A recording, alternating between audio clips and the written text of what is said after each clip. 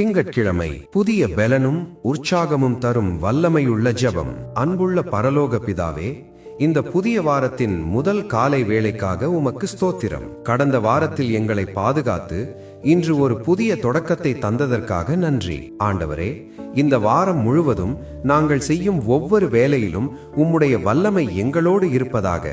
வாரத்தின் முதல் நாளான இன்று எங்களுக்குள் இருக்கிற சோம்பல், பயம் மற்றும் சோர்வுகள் அனைத்தும் இயேசுவின் நாமத்தில் விலகட்டும். உன்னை ஆசீர்வதிக்கவே ஆசீர்வதிப்பேன் என்ற உம்முடைய வாக்குத்தத்தத்தின்படி இந்த வாரம் முழுவதும் நன்மையும் கிருபையும் எங்களை தொடரட்டும்.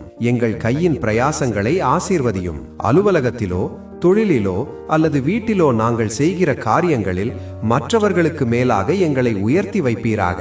சவால்களை கண்டு அஞ்சாமல் உம்முடைய பலத்தினால் அவற்றை வெல்ல எங்களுக்கு தைரியம் தாரும். இன்று முதல் சனிக்கிழமை வரை ஒவ்வொரு நாளும் உம்முடைய கிருபை எங்களுக்கு புதுப்பிக்கப்படட்டும்.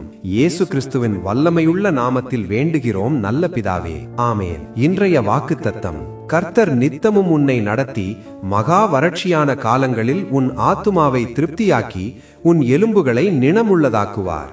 நீ நீர்ப்பாய்ச்சலான தோட்டத்தைப் போலவும் வற்றாத நீரூற்றைப் போலவும் இருப்பாய். ஏசாயா 58 அதிகாரம் 11 வசனம்.